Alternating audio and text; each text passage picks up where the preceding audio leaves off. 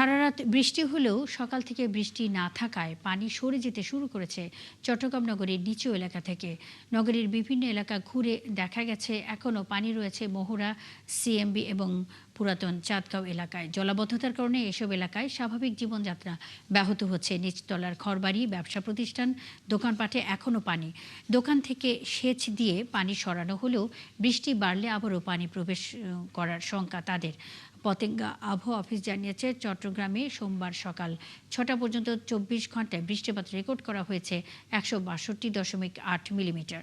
এই আজকে ৪-৫ দিন ধরে অবস্থা পানি কমতেছে না। আমি সাইকেল নিয়ে আসা যাওয়ার সাইকেলটা ফুল ডুবে গেছে, ওই ঠান্ডা নেই। এভাবে ৮-৯ দিন এখানে তাড়াতাড়ি খাল সংস্কার এবং ফ্লাইওভারের দরকার। আমার দোকান আজকে ৮-১০ দিন ধরে বন্ধ, দোকান খুলতে পারি নাই। দোকানে আপনার এক কোমর পানি ছিল।